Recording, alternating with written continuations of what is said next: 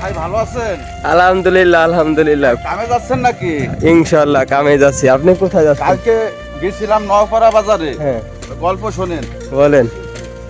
নওপাড়া বাজারে যাই দেখি হ্যাঁ। তিনবার গেছি হলো আপনার হলো গলদা চিংড়ি। হ্যাঁ গলদা চিংড়ির দাম শুনে বিটারে খানিক গালাগালি পারলাম। হ্যাঁ তুমি এত দাম কও কে? কি মানুষ মারা কল নাই? হ্যাঁ ভাই কত হলে আপনার পোষায়?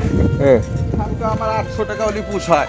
হ্যাঁ তো আপনি আধা কেজি নেন 1 কেজি না নি হ্যাঁ। দেন আধা কেজি দেন আপনাকে যাও তো দিতে চলেন একটু বড় বড় বাইছে দিয়ে না মুরব্বী খাবার চাইছে কাঁচা ভাই বাইছে দিলাম।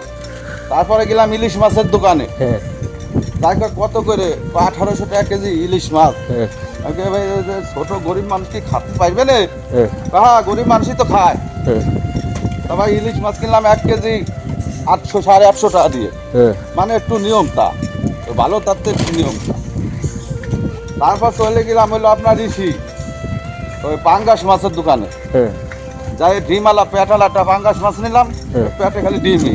হ্যাঁ আমার সাথে ছিল আবার যে ইরান ইরান হ্যাঁ ইরান ভাই ছিল। ইরান ভাই আধা বেলা করে চলে গেছে। হ্যাঁ হ্যাঁ যাই দুই ভাই যাই খিলাইছি।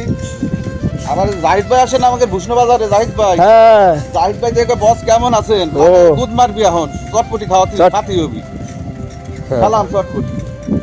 আরে এটা ব্যাগ দুই ভাই দুই কোনা ধরে একলার পারি না আনবার আকসেদের মোড়ে তাঠা শুরু করলাম। হ্যাঁ আত্মীয় বাড়ি চলে আসলাম। ভাই এলাম একটু চোখ খারাপ তো